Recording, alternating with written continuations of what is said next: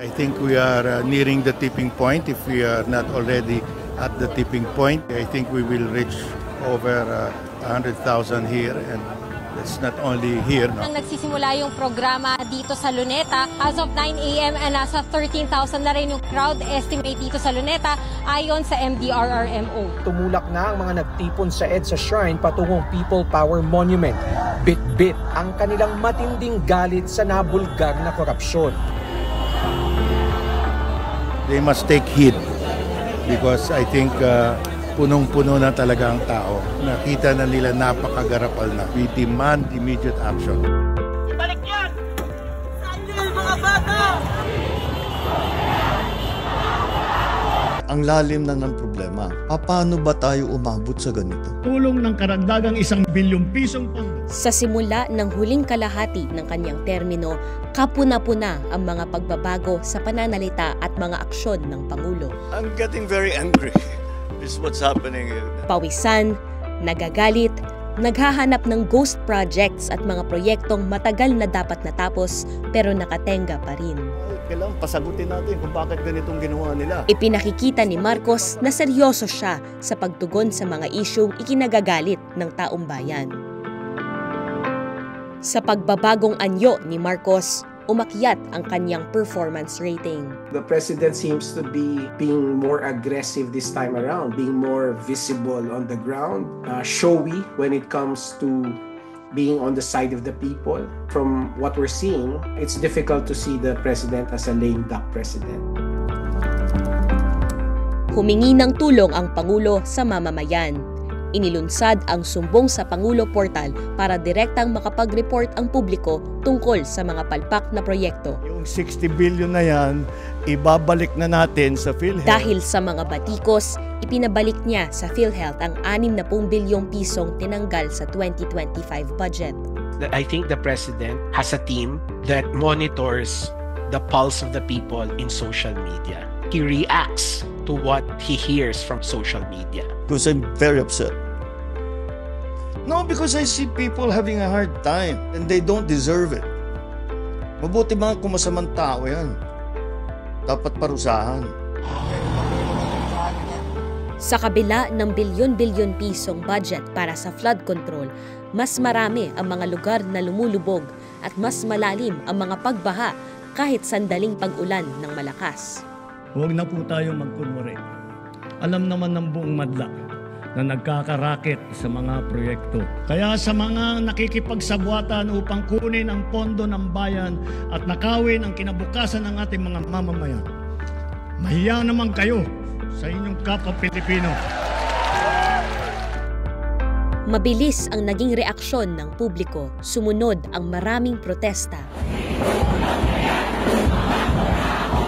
Nakisimpatya si Marcos Jr. sa mga nanggagalaiting nagmarcha laban sa korupsyon. Pati mga empleyado ng gobyerno pinayagan ng Civil Service Commission na sumama sa mga protesta noong September 21. Do you blame them for going out into the streets? If I wasn't president, I might be out in the streets with them. I want to hold these people accountable just like they do. Sabi po ni BBM, kung hindi lang daw po siya Pangulo, sasama siya sa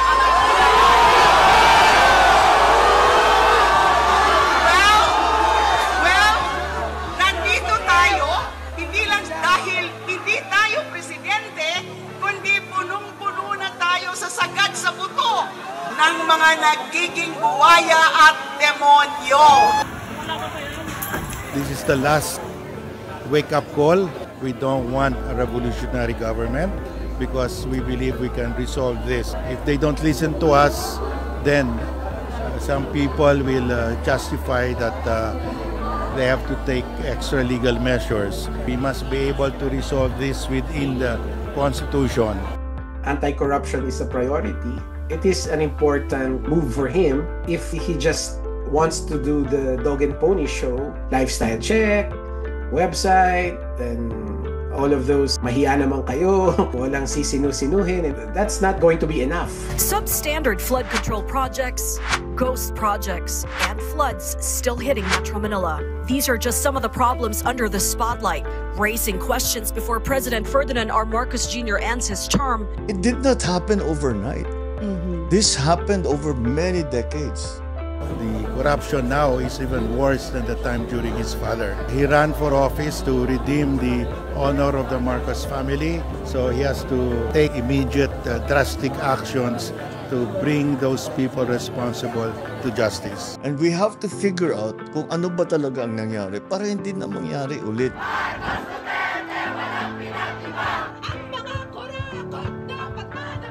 And what will change our perspective of President Marcos is if we see someone prosecuted, and not just someone, but many of them prosecuted and jailed for all of the corruption that they have done. Na inilabas ni Pangulong Ferdinand R. Marcos Jr. ang executive order na bumubuo sa Independent Commission.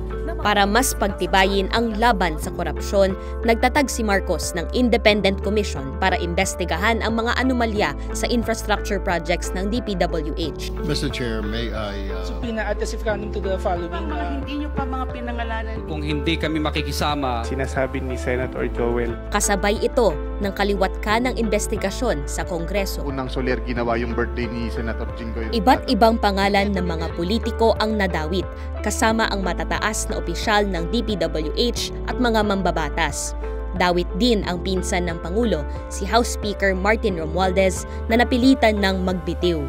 Itong mga investigations na ginagawa ng Senado, ng House, these are all performative to satisfy the people. They have no power to prosecute, they have no power to judge the guilty parties, no? Because they are lawmakers. Taking it from the perspective of the president, pinapabayaan lang sila kasi that's their show. Ang danger dito is lumalabas yung mga pangalan na konektado sa kanya. And I think this is one reason kung bakit dinadanggel niya yung Independent Commission idea.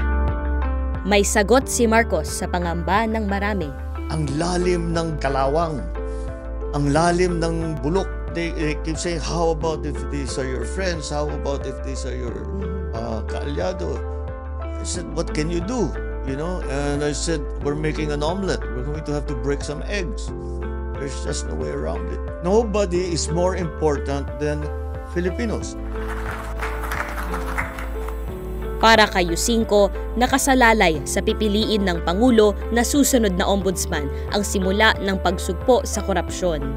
There is only one agency that can deliver, that is the Ombudsman. Very clear sa ating Constitution that the agency tasked to prosecute graft and corruption cases, no agency can prosecute graft and corruption cases this high level but the Ombudsman. If President Marcos appoints an ombudsman who has no connection to him, that will be a crowning achievement, I would say, when it comes to our anti-corruption agenda. That ombudsman can prosecute dynastic politicians who are allied with the president, can prosecute even relatives of the president. February 24, 1986. After EDSA, after 1986, the political order in the country is to prevent another dictatorship. And included doon yung wag nang mapabalik, naging dahilan ng diktatorya at ng martial law. Diba? Never again. Hindi nga naging never again eh. Sila ulit. And this time around, yun nga, may redemption, may oportunidad for them to have the final say on how history will judge the Marcos political brand. That is the burden of the current administration. Because if not, then the second chance will just be wasted. So it is not only the damage, the physical damage that we can see, but it is also the damage to the economy. Nagulat daw ang Pangulo sa tindi ng korupsyon, pero alam niya ang dahilan. I cannot give you a complete answer to how did we get here. The simplistic answer will be, paano tayo nagkaganto? Dahil pinabayaan. It became allowable. Okay lang. Pero hanapin natin yung hindi maganda, yung hindi nabuo, yung hindi nakatulong. Alam din ni Marcos kung ano ang dapat gawin. What we can do is to find out how this happened, who are the people that are involved, make them answerable for their wrongdoing, and fix the structure so this is not allowable. Salita pa lamang ang binibitawan ng Pangulo. Ang katumbas na gawa, inaabangan ng lahat na sawang-sawa na sa mga palabas. Hindi lang para sa nalalabing taon ng termino niya, kundi paghahanda na rin sa presidential election sa 2028. He has to have higher approval ratings. When you anoint someone to be your potential successor, the assumption is that you still have the legitimacy to anoint someone. It's important to assess so far the Marcos Jr. administration on its own terms and the terms that it has set for himself and his government during the 2022 election. The promises are many, including an improvement in economic conditions, an end to politics. Political-wise, do we see unity at present? We actually see the opposite. At pwede silang magturuan ng mga Dutertes kung sinong may kasalanan. But it doesn't matter. Nangako sila na an end to politika. But day in, day out, nakikita natin, puro politika sa dyaryo, sa news. The legacy-making actions, the ones that will put him at a high level in 2028, or his anointment will be worth a lot, is if he does the three things with regards to our anti-corruption agenda. Nanatiling nakatuon ang pamahalaan sa aming mandato at tungkulin na maglingkod na tapat. And that's directing everyone in the bureaucracy to release their SALN every year until the end of his term, shepherding the enactment of an FOI law and the appointment of an ombudsman who has no connection to him. May 3 taon na lang si Marcos para patunayan na hindi nagkamali ang higit 30 milyong Filipino na bumoto sa kanya.